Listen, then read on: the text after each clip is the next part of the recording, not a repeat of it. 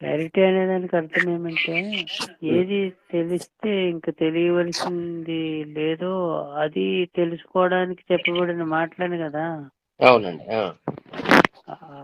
ఆ మాటలు మనకి ఏం చెప్తున్నాయంటే, ఇదేది నీవు కాదు హ్మ్. అని చెప్తుంది. మాటకొచ్చినా, మనసుకొచ్చినా, ఇంద్రియ జ్ఞానానికొచ్చినా ఇదేది నీవు కాదనే విషయాన్ని కదా మాటలు చెప్తున్నాయి. అవును. మాటలతో నిరూపించలేము అని మాట చెప్పింది. హ్మ్. మాటలతో తెలుసుకోలేవు అని మాట చెప్తుంది. మాటలతో నిరూపించలేము, మాటలతో తెలుసుకోలేవు అని చెప్పే మాట అంతవరకే. దాంతో ఆ! అయిపోయింది. ఇంక మాట పని లేదు. హ్మ్. కాబట్టి ఆ సందర్భంలో గురువుగారు చెప్పిన మాట ఒకటి ఉంటుంది. ఈ చెప్పండి. సందర్భంలో హ్మ్. నేను అని అక్కడికి ఆగిపోతే సరిపోతుంది అన్నారు. ఫుల్ స్టాప్ ఆ! కూడా పెట్టకూడదు. హ్మ్. పెడితే మళ్ళీ దాని నుండి జారుకున్నట్టు లెక్క వస్తుంది. హ్మ్. నేను అని ఫుల్ స్టాప్ పెట్టకుండా అక్కడ ఆగిపోవడము హ్మ్. ఏం క్లారిటీ కావాలి? ఏ క్లారిటీ అవసరం లేదు. ఏ క్లారిటీ ఉన్నా లేనట్టే కదా. అవును. అక్కడ ఆగడం హ్మ్. లేదని కదా అర్థం అవును. వచ్చేసింది. హ్మ్. నాకు చాలా క్లారిటీగా అర్థమైంది. గురువుగారు చెప్పారు. హ్మ్. కూలంకషంగా అర్థమైంది అని చెప్పడానికి ఏమీ లేదు అక్కడ. లేదు. హ్మ్. నేను అక్కడ ఆగిపోతే చాలు. అదే మీరు అన్నారు హ్మ్. గురువుగారు. అదే భగవాన్ కూడా ఈ సందర్భంలో ఇంకొక మాట చెప్పారు. హ్మ్. ఇట్లాంటి మాట వారు చెప్పారు. అది ఉండినట్టు నీ ఉండుటే స్మరణం అన్నారు. అవును. అదే తపస్సు, అదే జ్ఞానము. అది ఉండినట్టుగా. అది ఎలా ఉంది? ఇది నేనుగా ఉంది. ఏమీ అనుకోకుండా అనకుండా నేనుగా హ్మ్. ఉంది. నువ్వు కూడా ఏమీ అనుకోకుండా అనకుండా నేనుగా ఉంటే చాలంతే. హ్మ్. ఉండుటే. నేను తర్వాత వ్యవహారం అంతా కూడా నేను నుండి జారుకున్న తర్వాత వచ్చింది కానీ గుర్తించి అవును. ఉండుట. హ్మ్. గుర్తించి ఉండుట. గుర్తించి ఉండడానికి క్లారిటీ పని ఏముంది? అవును. ఏదైనా చెప్పాలి, మాట్లాడుకోవాలి. వారేం చెప్పారు, వీరేం చెప్పారు, వారు ఎలా చెప్పారని విశ్లేషణ చేసుకోవడానికి క్లారిటీతో అవసరం ఉంది కానీ హ్మ్. తాను కాదని గుర్తించి ఉండుట కొరకు క్లారిటీతో పని ఉంది. అవును. కాబట్టి క్లారిటీతో దాన్ని తెలుసుకోలేవు అని చెప్పాల్సి వచ్చింది. క్లారిటీ దేని చెప్తుంది? ఇదేది నువ్వు కాదని చెప్తుంది. మాటకొచ్చినా, మనసుకొచ్చినా, ఇంద్రియ జ్ఞానానికి వచ్చినా ఇది నువ్వు కాదనే విషయం చెప్తుంది క్లారిటీ. అంతే హ్మ్. దీని ప్రయోజనం. క్లారిటీ ఏంటంటే ఇది కాదని చెప్పడానికే. అంతే. అవునిది అవునని చెప్పే పనే ఉంది. నీకు అనుభవంలోనే ఉంది కదా నేను అని. హ్మ్. పరంపదంలో చెప్తా ఉన్నారు కదా. చెప్పినప్పుడు హ్మ్. అది నేను చెప్తుంది అనమాట. అవును. వినేవాడుగా ఉంటే వినేవాడుగా ఆగిపోతే నేను మాటలే కదా ఉంటాయి. తన మాటలే అవుతాయి అప్పుడు అవి. అవునండి. హ్మ్. ఎవరో ఎవరికో చెప్పడం కాదు. హ్మ్. తన గురించి తాను చెప్పుకుంటుంది. హ్మ్. తన మాటలు అవి. తానుగా ఉంటే అవి మాటలు తనవిగానే ఉంటాయి. తానుగా కాకుండా తనువుగా ఉంటే తను వినేవాడుగా ఉంటాడు. అది దైవం యొక్క మాటలుగా ఉంటాయి అన్నమాట. హ్మ్. వింటూ ఉంటే ఆటోమేటిక్గా తన మాటలే కాబట్టి వినడం పూర్తయితే అవి తన మాటలుగానే ఉంటాయి. ఇంకా అక్కడ ఆ! హ్మ్. తన మాటలు ఏం చెప్తున్నాయి? నాలో ఈ ప్రపంచం ఉన్నట్లుంది కానీ లేదని చెప్తుంది అవును. తన మాట.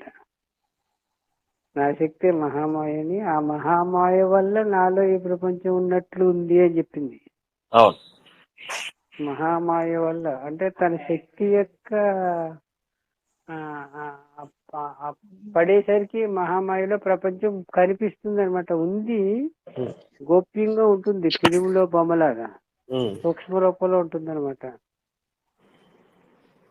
మర్రి విత్తనంలో మహావృక్షం దాక్కున్నట్టు ఉంటుంది అనమాట. సృష్టి అంతా తన యందు. హ్మ్. దాని వెలుగు పడేసరికి ఆ మహామాయ అదే మాయని పొరని మన యూట్యూబ్ లో పెట్టడం జరిగింది. గురువు గారు అవునండి. చెప్పారు. హ్మ్. ఏదో రకరకాల పేర్లు చెప్పారండి. మాయా దర్పణం అనొచ్చు, మాయ అనొచ్చు. ఆ వెలుగు దీని మీద పడేసరికి ఇక్కడ ఉన్నది కనిపిస్తుంది అనమాట అండి. వెలుగు పడి కనిపిస్తుంది. అవును. అప్పుడు ఉంటుంది కానీ సూక్ష్మంగా ఉంటుంది. సూక్ష్మంగా ఉండడం అంటే ఇంకా అదిగానే ఉంటున్నట్లు లెక్క. ఆ వెలుగు పడినప్పుడు అక్కడ ఏది ఉంటే అది కనిపిస్తుంది. కనిపిస్తుంది.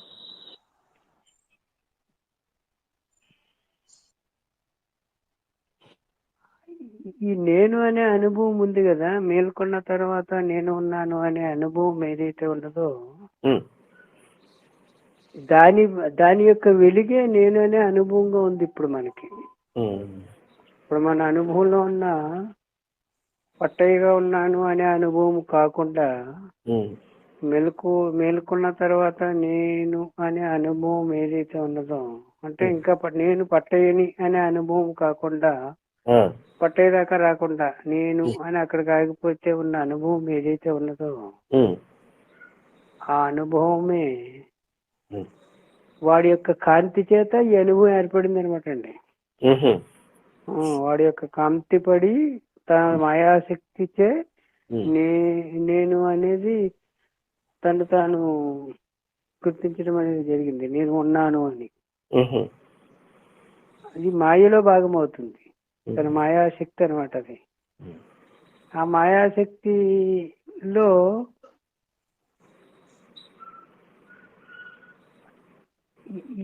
అక్కడ ఈ మాయాశక్తి రావడానికి ముందు కేవల తత్వంగా ఉంది. అక్కడ అవంగమానస గోచరంగా ఉంది. అక్కడ పేరు పెట్టడానికి వీలు పడదు. కానీ మనం ఇదే పేరుని దానికి పెట్టుకున్నాం. ఇక్కడ నేననే పలుకు దాని నుండి వచ్చింది కాబట్టి నేననే పలుకు వ్యక్తికి సంబంధించింది కాదు. కాదు. అవును. అంటే పట్టయ్యకి సంబంధించింది కాదు.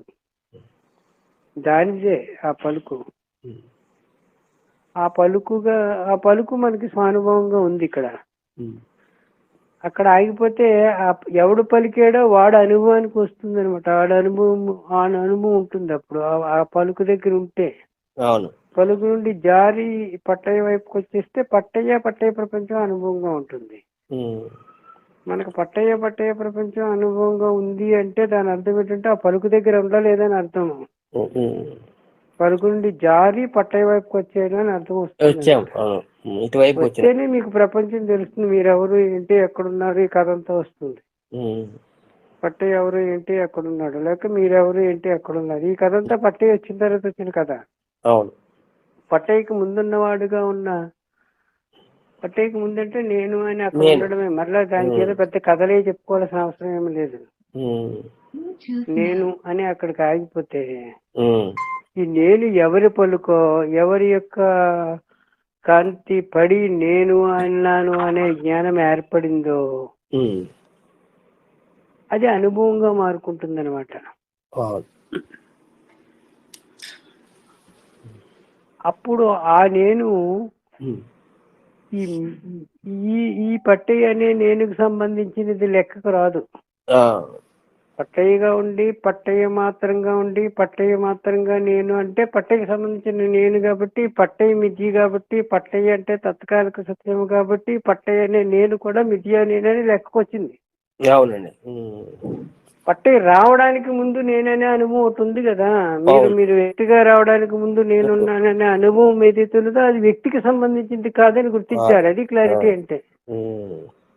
అంతవరకే క్లారిటీ. ఇంక తర్వాత మన క్లారిటీతో పని ఇంకా ఉండడమే కదా. నేననే అనుభవంగా ఉంటే ఇది వాడు పలుకు కాబట్టి వాడు అనుభవం ఉంటుంది ఇక్కడ. పట్టయ్య అనుభవం కూడా ఉంటుంది కానీ ఫేడ్ అవుట్ అయిపోతుంది అనమాట. అవునండి. ఉంటుంది, ఉన్నట్లున్నదిగా ఉంటుంది, లేక తత్కాలిక సత్యంగా ఉంటుంది. స్టాండర్డత్వం ఉండదు. పట్టయ్య అనుభవాలకి ఉంటూ తెర మీద బొమ్మల్లా ఉంటుంది అనమాట. అవును. మరి పట్టయ్య అనుభవాలు నిజం చేసుకుంటే, పట్టయ్య నిజం అనుకుంటే పట్టయ్య అనుభవాలన్నీ నిజమైపోయినట్టే కదా. అవునండి. అవును. పట్టయ్య అబద్ధమైతే పట్టయ్య అనుభవాలన్నీ అబద్ధమైపోతున్నాయి కదా. ఇప్పుడు పట్టయ్యకి క్లారిటీ రావడం అనే దానికి అర్థం ఏమి? పట్టయ్య తాత్కాలిక సత్యమని గుర్తించడమే కదా క్లారిటీ అనే దానికి అర్థము. అంతటితో అయిపోయింది క్లారిటీ అనమాట. ఇంకా క్లారిటీతో పని లేదు. ఇంకా పట్టయ్య ఇప్పటిదాకా సత్యం అనుకున్నామండి, కాదు తత్కాలిక సత్యం అని గుర్తించేది అనమాట అండి. అక్కడితో పట్టయ్య పని అయిపోయింది. ఇంకా పట్టయ్య కథ ఏమి ఉండదు. అవును. అప్పుడు తత్కాలిక సత్యం అంటే సత్యం ఏది? పట్టయ్యకు ముందు నేనున్నాననే అనుభవం సత్యం అవుతుంది. కాబట్టి అది ఉండినట్టుగా నీ ఉండితే స్మరణం అని భగవాన్ చెప్పిన మాటను అనుసరించి నేను అనే అనుభవాన్ని జారకుండా ఫుల్ స్టాప్ కూడా ఇవ్వడానికి అవకాశం లేకుండా అనుభవంగా ఉంటే అది ఎవరి పలుకో దేని పలుకో అదే అనుభవంగా ఉంటుంది అనమాట.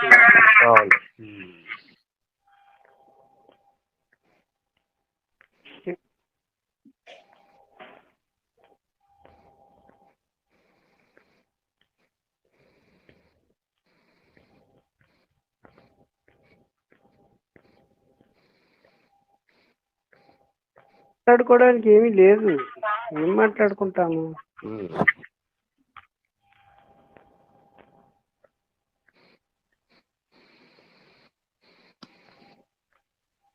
ఏదో వ్యవహారానికి వచ్చి ఎవరో అడుగుతుంటే మాట్లాడుకోవడం అనేది కొనసాగుతుంది. కానీ స్వానుభవంగా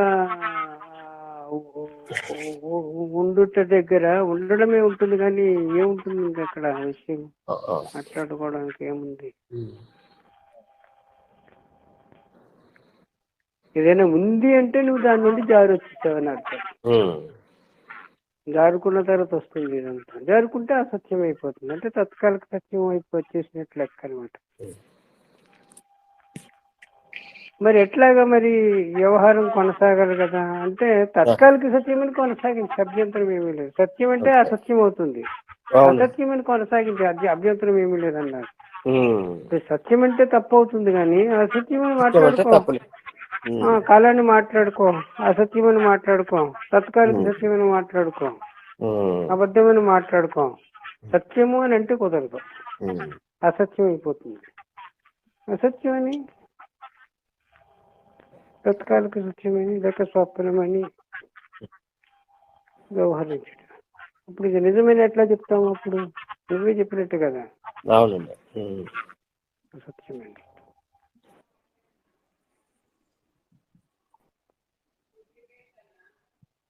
ఇప్పుడు మామూలుగా నేను అనే కేవల అనుభవం ఏదైతే ఉన్నదో అక్కడ మాటకొచ్చి చెప్పుకోవాలంటే రెండు భాగాలుగా చేసి చెప్పుకున్నాం. మనం ఇంతకుముందు మాట్లాడుకున్నాం. రెండు భాగాలు డాష్ పెట్టి నువ్వు నేను అని రెండు భాగాలు చేసినప్పుడు నేనేది శివుడు లేక జ్ఞానమునికి ప్రతీకగా చెప్పుకున్నాము. నువ్వు అంటే ప్రపంచము దాని యొక్క శక్తికి ప్రతీకగా చెప్పుకున్నాము. ఆ నేనే సైట్ లో ఉండి చూసినప్పుడు ఆ నాలో లెక్కకు వస్తుంది అన్నమాట. తలచే చూడబడేది తనలోది అవుతుంది. నే అని ఆ సైట్ లో ఉండాలి. నువ్వు అనేది చూడబడేదిగా ఉండాలి. అంటే నువ్వంటే తనతో సహా సకలం అవుతుంది, శక్తితో సహా.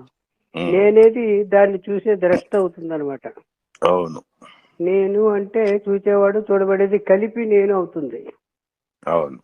అంటే నేను అంటేనే ద్రష్టతో వచ్చినటువంటి దృశ్యము కలిపి నేను లెక్కకు వస్తుంది అనమాట. నేనంటేనే దృశ్యము కలిపి లెక్కకు వచ్చేస్తుంది. ఆ దృశ్యములో భాగంగా ఉంటేప్పుడు వ్యక్తి అవుతున్నాడు. అప్పటిదాకా ఇంకా వ్యక్తి రాడు. వ్యక్తి రావడానికి ముందు తాను ఉంటేనే కదా నేను పలానా అని చెప్తున్నాడు. నేను పలానా అంటే పలానా అనేది మన నేనే కదా.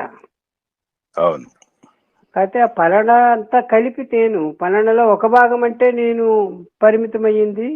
ఆ మొత్తం అంతా కలిపి తానే అయితే తనచే చూడబడేదంతా తనదే తానే ఇక్కడ అవుతుంది. కాబట్టి నే అనే సైట్ లో ఉండి చూస్తే తనచే చూడబడేదంతా తనలోది అవుతుంది అనమాట. నాలో లెక్కకు వస్తుంది.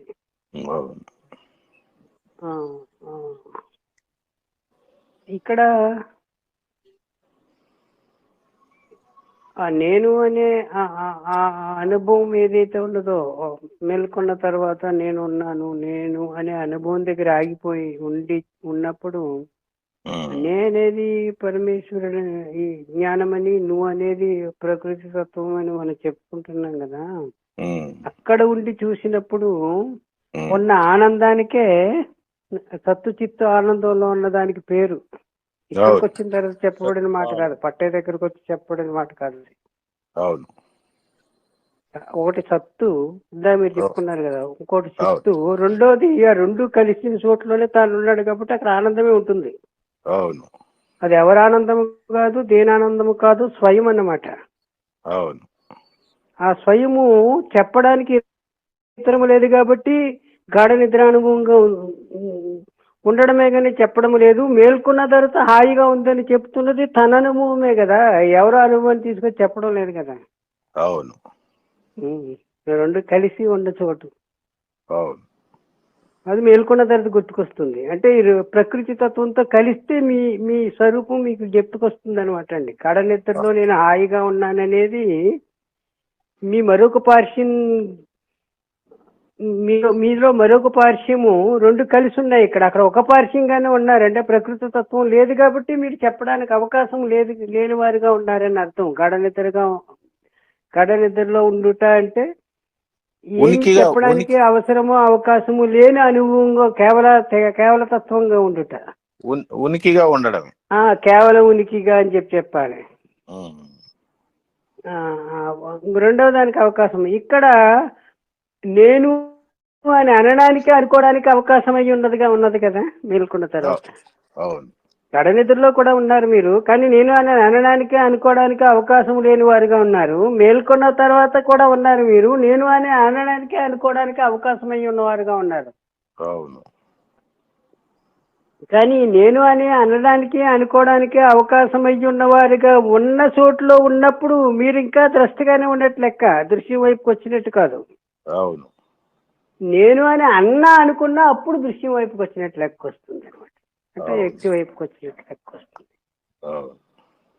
ఆ నేను అని అనడానికి అనుకోవడానికి అవకాశం లేని కేవల తత్వముగా మీరు ఉంటే అక్కడ ఒకటి సత్తు, రెండు చిత్తు, అక్కడ ఉన్నది ఆనందమే కాబట్టి సచ్చిదానందమైన పేరు అనమాట అండి. అప్పుడు వచ్చింది. పట్టే దగ్గరకు వస్తే రాదు, పోతుంది. పట్టే అనిపించేది కాదు. పట్టే గుండా అనిపించాలంటే ఎక్కడికి అవుతుంది? పట్టే దగ్గరికి వచ్చే వరకు ఆనందం లేదు, సుఖ దుఃఖాలకు వచ్చినాయి. ఇక్కడ ఉంటుంది. పట్టే వచ్చిన తర్వాత వచ్చిన అనుభవాలన్నీ వచ్చేస్తాయి అనమాట. మరలా అదే దర్శనం మారిపోతుంది. ఇక్కడ ఏదుంటే అది ఉంటుంది. ఇక్కడ ఏదున్నా తత్కాలికమని చెప్పేశారు కాబట్టి సుఖమన్నా దుఃఖమన్నా తత్కాలికమే లెక్క వస్తుంది. కాబట్టి తత్కాలికంగానే చూడండి. నవ్వు వస్తే నవ్వండి, ఏడుపు వస్తే ఏడండి అని చెప్పడానికి కారణం అది గురువు గారు. అవును. ఎందుకంటే తత్కాలికమే కదా, నువ్వే సృష్టించుకున్నావు నీ తత్కాలాన్ని. అవును. అక్కడ ఏది ఉంటే చూసి ఎందుకు గరష్టగా ఉండి చూడడం మానేసి అందులో జీవిస్తున్నాడు. చూడడం మానేసి ఆ పాత్రలో జీవిస్తున్నాడు. జీవిస్తే నిజం అనిపిస్తుంది. అక్కడే ఉంది తేడా. అనిపించడం ఎప్పుడైతే చూడడము అంటే సాక్షిగా ఉన్నట్టు, ఇక్కడ సాక్షిత్వం కోల్పోతే ఆటోమేటిక్ గా జీవించడం అయింది.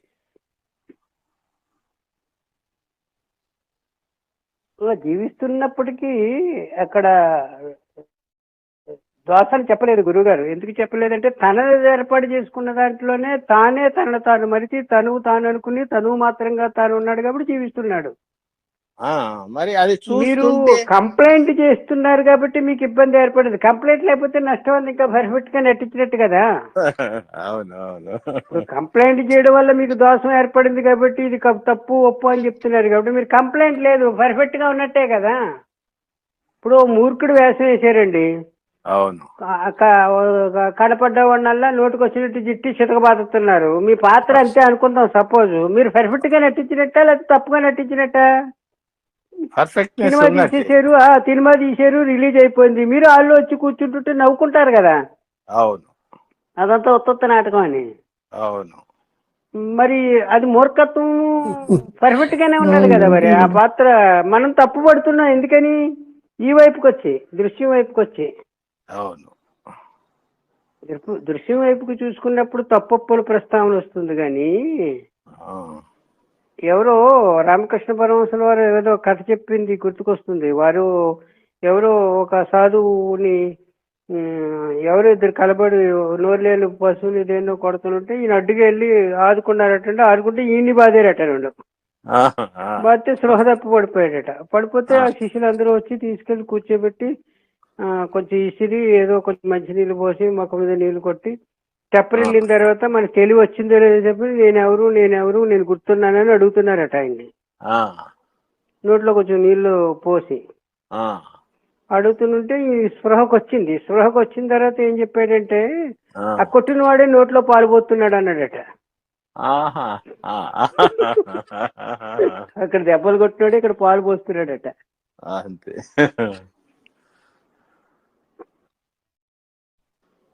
అంటే అది ఏకత్వంలో ఉంది, ఏకత్వంలో మాత్రమే. కాబట్టి వాడు కొట్టినప్పటికీ చెడలేదనమాట అండి. వాడు దృష్టికోణం చెడలేదు. అది చెడకపోతే రెండు ఒకటే కదా, నిజమే కదా. అక్కడ కొట్టేవాడిగా ఉన్నా వాడు ఉండాలి, పాలు పోసేవాడుగా ఉన్నా వెనకాల ఉన్నవాడు ఒకడు ఉండాలి. ఆ వెనకాల ఉన్నవాడిని చూసినప్పుడు ఈ రెండు సమం అవుతాయి. ఎదురుకొచ్చి చూసినప్పుడు కొట్టేవాడే పెట్టేవాడే లెక్కకు వచ్చేస్తుంది. లెక్క మారిపోతుంది అనమాట అండి. ఈ వైపుకి వస్తే, ఆ వైపుకి వస్తే ఎవరు కొట్టేవాడుగా ఉన్నాడో వాడే పెట్టేవాడుగా ఉన్నాడు, ఎవడు పెట్టేవాడుగా ఉన్నాడో వాడే కొట్టేవాడుగా ఉన్నాడని లెక్క ఒకటే లెక్కకు వస్తుంది. అది ఎవరంటే తీరమధ్యత తానే, ఇప్పుడు బయటోడు కాదు, ఇంకొకడు కాదు. అప్పుడు ఎట్లా కంప్లైంట్ చేస్తారు? కాబట్టి రమణ భగవాన్లు ఏమన్నారంటే మీరు పూలతో సత్కరించారు, వాళ్ళు రాళ్ళతో సత్కరించారు అన్నారు.